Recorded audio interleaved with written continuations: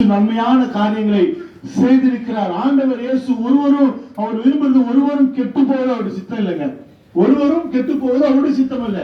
எல்லா மனுஷனும் நல்லா இருக்கணும்ன்றது ஆண்டவர் விருப்பம். எல்லா மனிதர்களும் நல்லா இருக்கணும், சந்தோஷமா இருக்கணும், சமாதானத்தோடு இருக்கணும். அவர் கொடுக்கிற சந்தோஷம் தான் இன்னும் பாக்கியங்க, இன்னும் ஆனந்தம், இன்னும் சந்தோஷம்.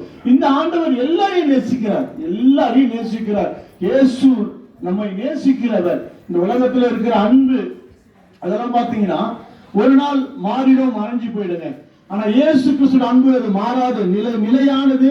அது கரெக்ட். அது எந்த காலத்திலும் மாறாத ஒரு அன்பு இயேசுவோட அன்பு. ஆனா உலகத்துல இருக்கிற எல்லா அன்பும் மாறும். இந்த உலகத்துல ஒருவேளை நல்லா பணம் வசதி வாய்ப்புகளோடு இருந்தா அவர்களிடத்துல ஒரு சில மாதிரி ஒரு அன்பு மாறும். அவர்களிடத்துல ஒரு மாதிரி பேசுவாங்க, கொள்ளுவாங்க, பழகுவாங்க.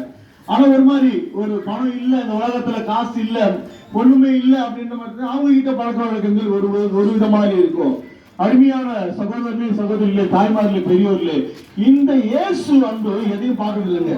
பணம் இருக்குதா, காசு இருக்குதா, அழகா இருக்கிறியா, அழகு இல்லையா, படிச்சிருக்கியா, படிக்காத இருக்கிறியா, ஏழையா, பணக்காரரா, நீங்க எதையும் பார்க்கிறவர் அல்ல ஆண்டவர்.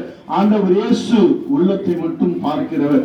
இந்த இயேசு அதற்காக தான் நமக்காக இந்த இயேசு கிறிஸ்து இந்த உலகத்துல வந்தார். இயேசு கிறிஸ்து பிறக்கும் போது ஒரு பெரிய ஒரு மாளிகையில் இயேசு பிறக்கல. ஒரு எளிமையாக ஏழ்மையின் கோலம் எடுத்து இயேசு நமக்காக இந்த உலகத்துல வந்தார் சொல்லி வேதம் சொல்லுது. ஏழ்மையின் கோலம் எடுத்து இயேசு வந்தார். ஏன் ஏழ்மையின் கோலம் எடுத்து வந்ததுன்னா நம்ம வாழ்க்கையில் உள்ள ஏழ்மைகள் மாறணும். இந்த எல்லா விதமான ஏழ்மை, கஷ்டம், இது ஒரு விதமான சாபங்க. இதெல்லாம் வாழ்க்கையில மாறணும்னா அந்த ஏழ்மையின் கோலம் மாற இயேசுவை நம்பும் பொழுது இயேசு கிறிஸ்து உண்மையாகவே நம்முடைய ஏழ்மையை மாற்றுகிறார், தரித்திரத்தை மாற்றுகிறார், எல்லா விதமான காரியங்களை மாற்றுகிறவர் தான் இந்த ஆண்டவர் இயேசு கிறிஸ்து.